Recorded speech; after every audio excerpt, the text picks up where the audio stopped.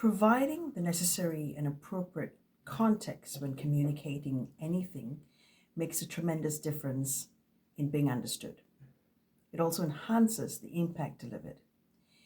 In my situation here, in providing a series of videos for job seekers, the context here is in terms of a job seeker who is keen to put themselves out there among a sea of applicants and a growing pile of resumes. Now, if we provide the right amount of context, because it is a tight balance to say just enough, then we support our reader, whether this is a recruiter or a hiring manager, in better understanding who we are, where we fit in best, and what we have to offer.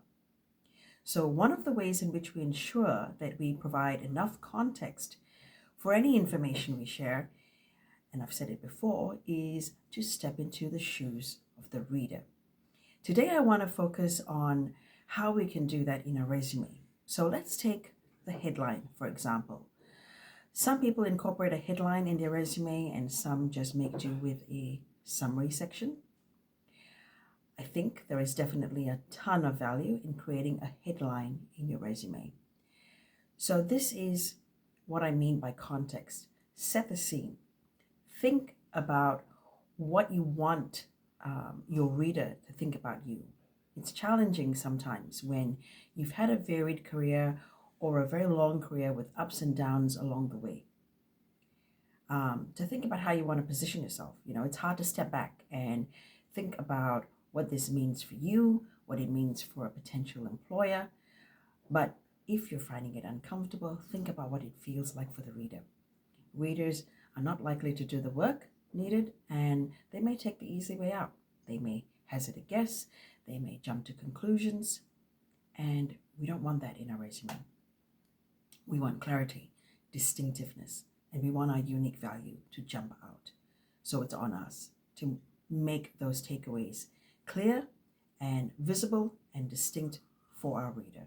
So that's what I talked about in episode 10 about the value of developing an elevator pitch. Do the work to position yourself, know how you want to be seen, and then make that clear up front.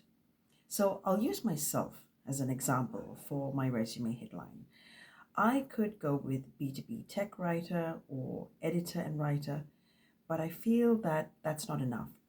It's very role focused, which can provide some clarity, but I want to provide much more clarity and understanding. And I want to think about who my reader is and why would they care and where are they in their head.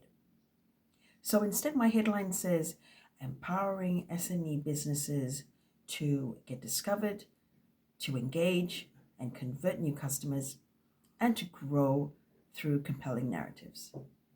There's still space to go on further, and I add B2B and legal writer, editor, and ghostwriter. So now we have more context. And for the reader I'm targeting, the small business owner, I'm speaking directly to them.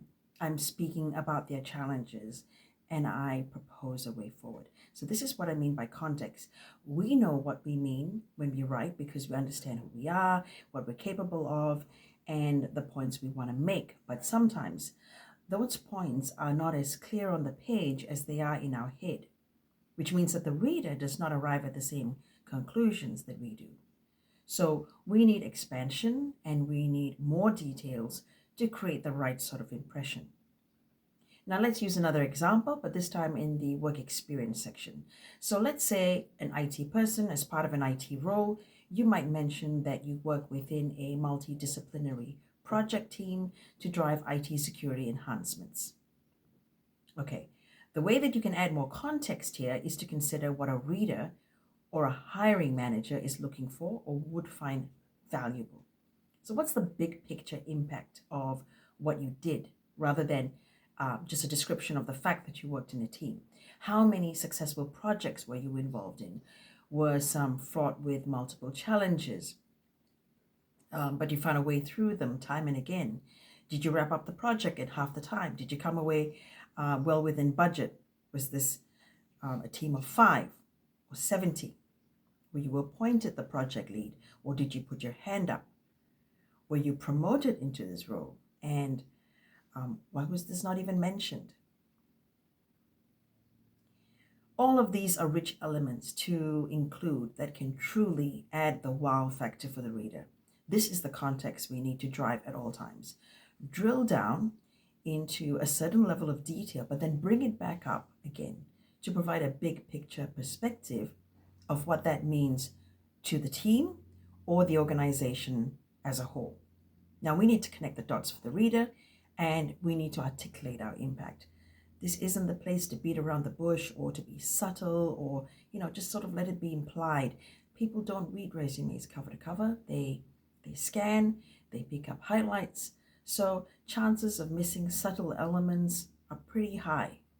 Context is also about reinforcement. So some may say, oh, that's just, that's repeating. But you're not looking to repeat so much as to reinforce key points. And you want to reinforce throughout the key areas, such as your headline, your summary, and then in the areas of the work experience where relevant. So more context, more alignment, more reinforcement. I hope that these examples have helped you understand a little bit more what I mean about providing a certain amount of context. Done right, you're going to achieve the wow factor. So that's how he did that. Or with all of that going on, that project still took off and achieved what it set out to do. Amazing. That's what you're looking for. Rowena Murray is here with episode 15 on how context makes a tremendous difference in being understood when job hunting. Love to hear any feedback, and if you've got any questions, feel free to leave a comment or join in the conversation on LinkedIn.